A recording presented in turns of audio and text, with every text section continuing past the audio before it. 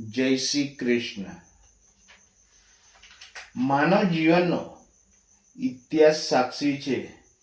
પરિવર્તન હંમેશા માણસના મનમાં જ જન્મે છે.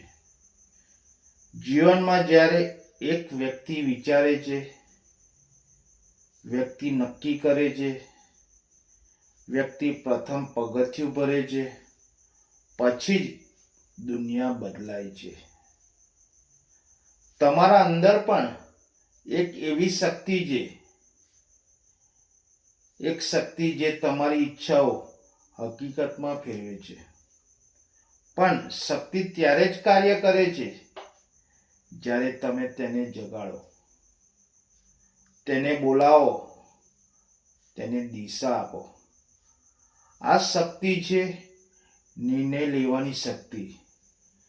એક નિર્ણય આપણા જીવનનો માળખો બદલી શકે છે. એ નિર્ણય અસફળતામાંથી સફળતા તરફ લઈ જાય છે. એક નિર્ણય નિરાશામાંથી આશા તરફ ધકેલી શકે છે.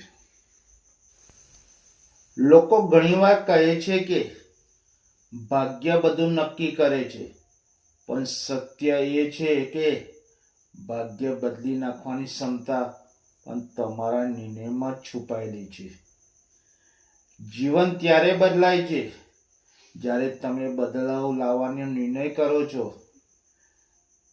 જીવન એક પ્રવાહ છે અને આ પ્રવાહમાં ક્યારેક સ્થિરતા આવે છે તો ક્યારેક ગતિ.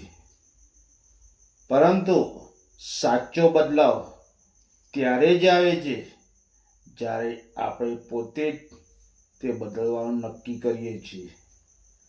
જ્યાં સુધી આપણે આપણા વિચારો, આદતો કે પરિસ્થિતિઓને બદલવાનો નિર્ણય ન કરીએ ત્યાં સુધી જીવન એક જ ઢબે ચાલે છે.